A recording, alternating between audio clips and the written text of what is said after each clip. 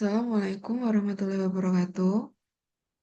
Yang terhormat Ibu Dr. Insinyur Yaniswara Wijayarati MSI, selaku dosen pengampu mata kuliah Biologi dan Fisiologi Tumbuhan, dan teman-teman semua yang berbahagia. Sebelumnya, perkenalkan kami dari kelompok 8 yang beranggotakan saya, Ananda Indah Intansari dengan NIM akhir 125. Saya Marinda Putri dengan NIM akhir 122.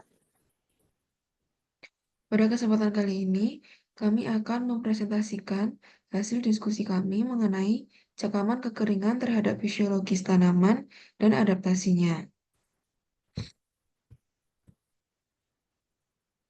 Yang pertama yaitu ada latar belakang. Air memegang peran penting dalam fotosintesis, respirasi, transpirasi, dan penyerapan hara. Perubahan iklim dan ketidakpastian curah hujan membuat ketersediaan air semakin sulit diprediksi. Kondisi ini berdampak besar pada produktivitas pertanian, di mana kekeringan dilaporkan dapat menurunkan hasil panen hingga 40-60%. Sekaman kekeringan terjadi ketika air di tanah berada di bawah titik layu permanen. Kekeringan tidak hanya menghambat pertumbuhan, tetapi juga mengubah sifat fisika, kimia, dan biologi tanah seperti porositas, suplai hara, serta aktivitas mikroba.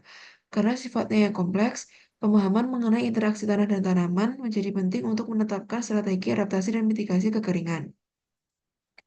Kemudian di sini ada contoh lahan jagung yang mengalami kekeringan atau kurang air, dan yang di bawah adalah contoh lahan jagung yang cukup air.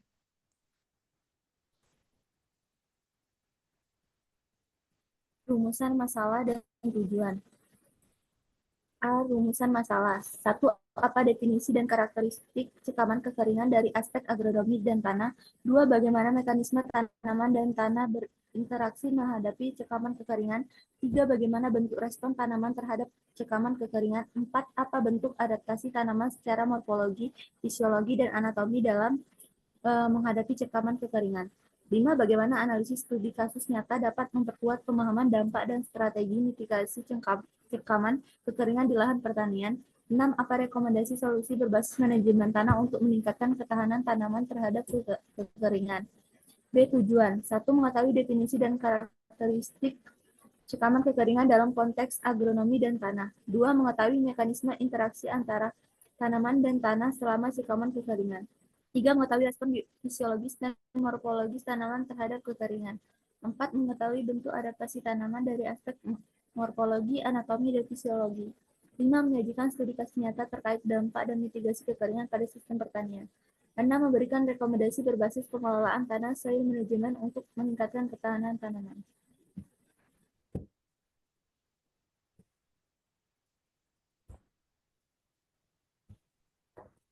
Baik, yang berikutnya yaitu pembahasan. A.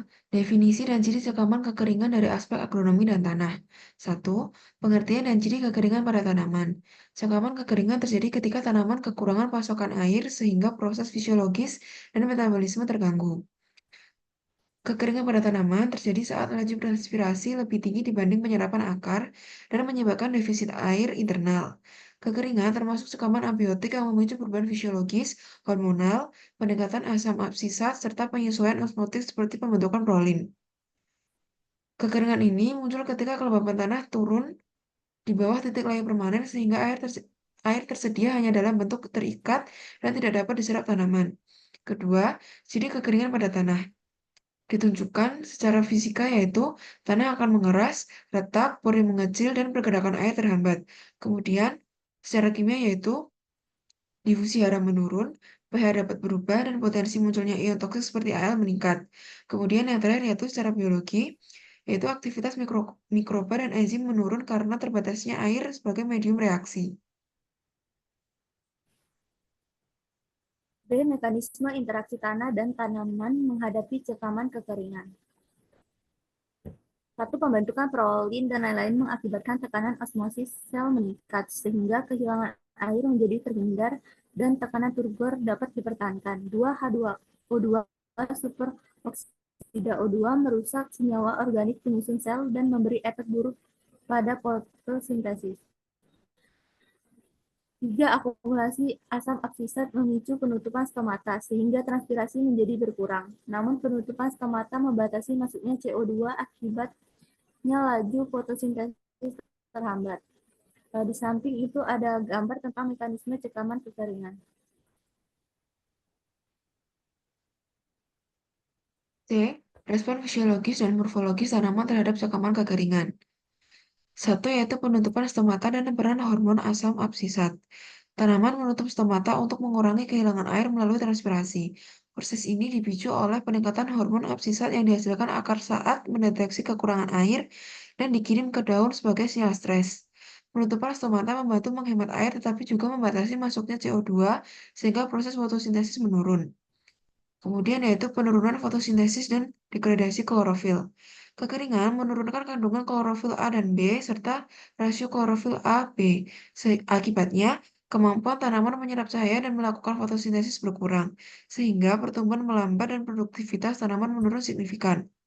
Dan yang terakhir yaitu akumulasi osmoprotektan untuk menjaga turgor sel. Tanaman meningkatkan produksi senyawa osmoprotektan seperti prolin, glisin betain, dan gula larut. Senyawa ini berfungsi menjaga tekanan osmotik dan mempertahankan turgor sel sehingga sel tetap stabil dan tidak rusak meskipun lingkungan mengalami defisit air.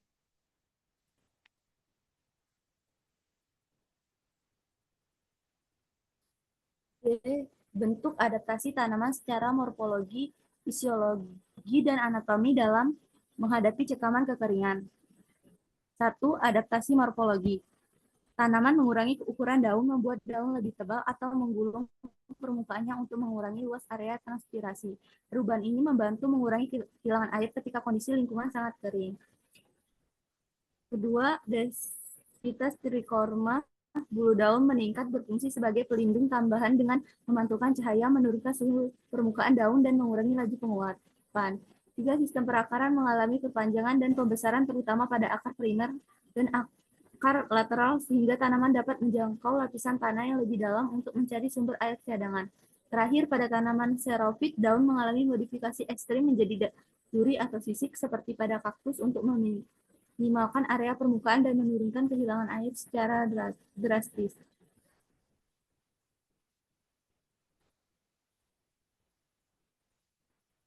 Yang kedua yaitu adaptasi fisiologi. Tanaman mengatur stomata untuk mengendalikan transpirasi. Peningkatan hormon absisat, hormon asam absisat selama kekeringan menjadi sinyal utama yang memicu penutupan stomata dan membantu mempertahankan air di dalam jaringan. Asam absisat juga mempengaruhi ekspresi gen-gen toleran kekeringan, sehingga tanaman dapat memperbaiki mekanisme pengaturan air dan ion selama periode defisit air. Tanaman meningkatkan akumulasi osmolit seperti prolin, glisin betain, dan gula larut untuk mempertahankan tekanan osmotik dan turgor sel, sehingga proses metabolisme tetap berjalan meskipun kadar air sangat rendah. Kemudian, proses metabolik di dalam sel mengalami penyesuaian, termasuk peningkatan aktivitas antioksidan untuk melindungi sel dari kerusakan akibat akumulasi radikal bebas selama stres kekeringan.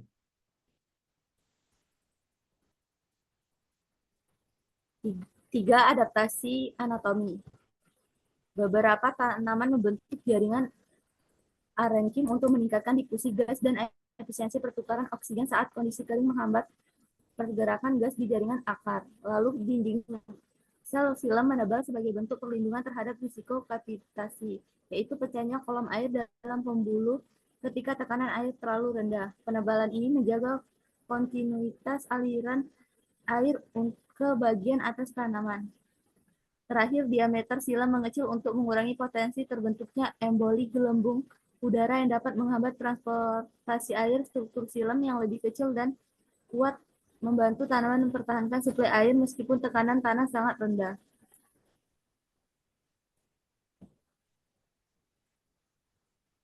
Kemudian, yang E yaitu analisis studi kasus dalam memperkuat pemahaman dampak dan strategi mitigasi kecekaman kekeringan di lahan pertanian. Studi kasusnya yaitu penurunan produksi jagung akibat kekeringan di Afrika Timur, Kenya. Dampak kekeringan pada produksi yaitu kekeringan yang sering dan intens menyebabkan penurunan tajam hasil jagung, terutama pada fase pembentukan tongkol dan pengisian biji. Faktor penyebab penurunan hasil, kombinasi panas dan kekeringan, memperparah stres. Penutupan stomata mengurangi asupan CO2, menurunkan fotosintesis. Kerusakan fisiologis pada organ reproduktif menghambat pembentukan biji. Kemudian temuan studi lapangan dan model. Penurunan fotosintesis dan biomasa menjadi indikator paling sensitif terhadap stres air.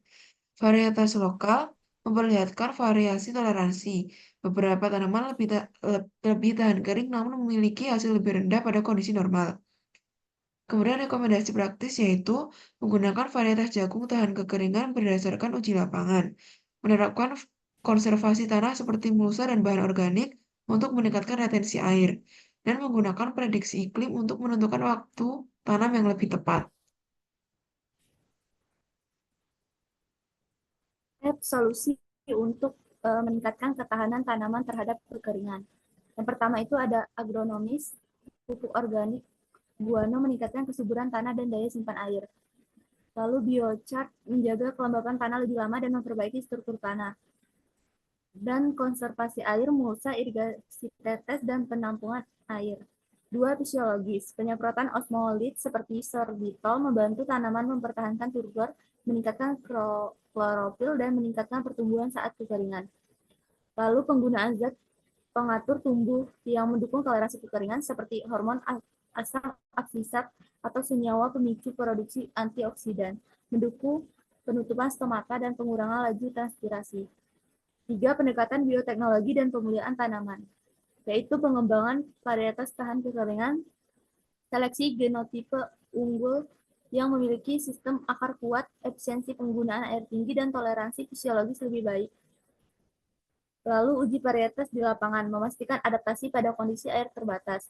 4. Pengelolaan sumber daya air, irigasi efisiensi, mengurangi pemborosan air, dan waduk atau embung menyediakan cadangan air saat musim kering.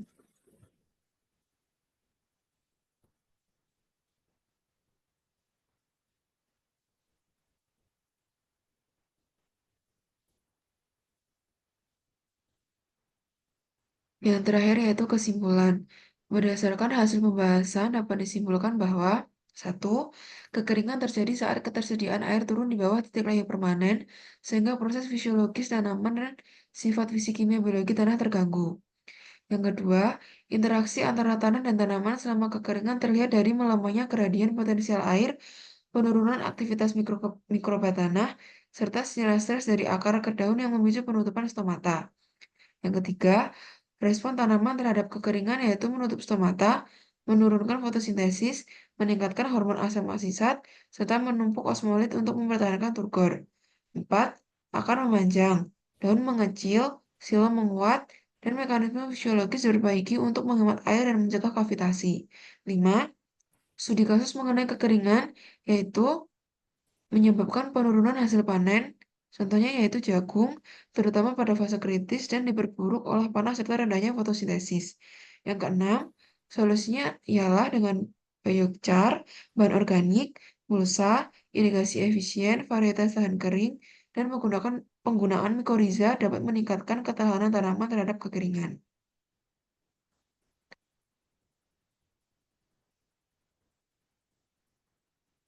Baik, sekian presentasi dari kelompok kami yang dapat kami sampaikan. Kurang lebihnya kami mohon maaf. Wassalamualaikum warahmatullahi wabarakatuh. Terima kasih. Terima kasih.